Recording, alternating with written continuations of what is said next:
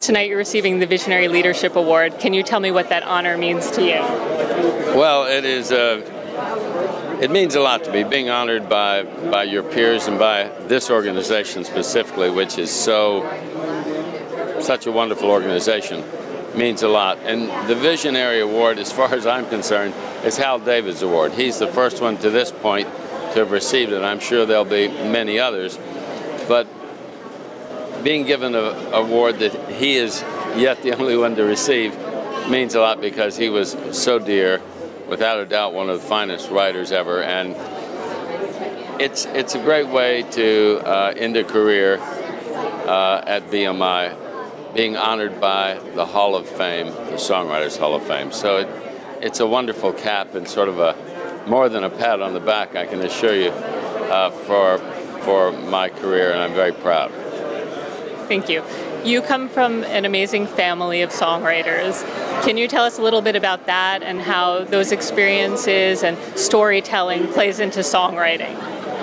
Well, there's no doubt that stories and songs are very similar. Songs tell a story, and certainly songs can speak of just anything you can imagine, as stories can. But being raised by songwriters, more importantly, at this time, at least I'm reflecting, really readied me, without ever knowing it. It was kind of geared me to working for songwriters, working with songwriters, on behalf of songwriters. It was kind of like Aldous Huxley's book, The Brave New World. You know, certain people, if they were going to work in a hot cave where the eggs were baked and a little bit hotter than other eggs, if certain people were going to work in fashion, they were bathed with colors, you know.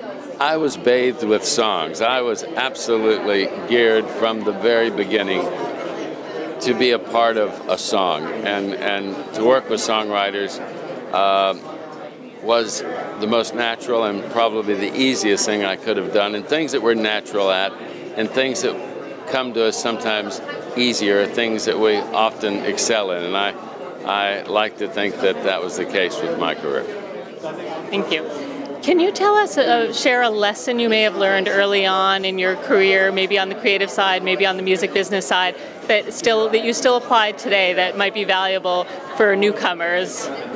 Well, I learned a lesson in business which doesn't necessarily apply to songwriters, and I think it's interesting now that you've asked this question.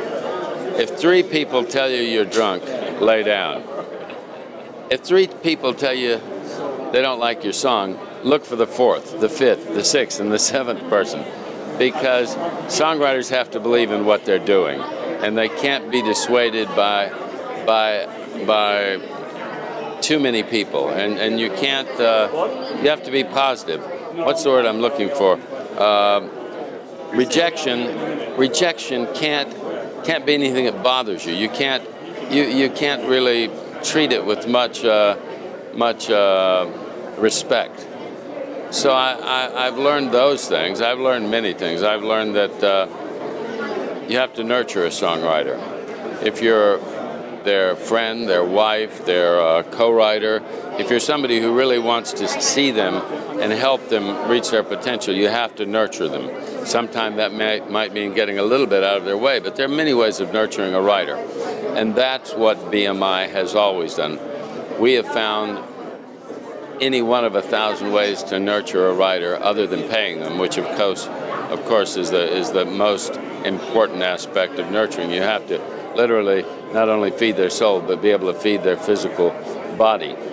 But nurturing talent is important.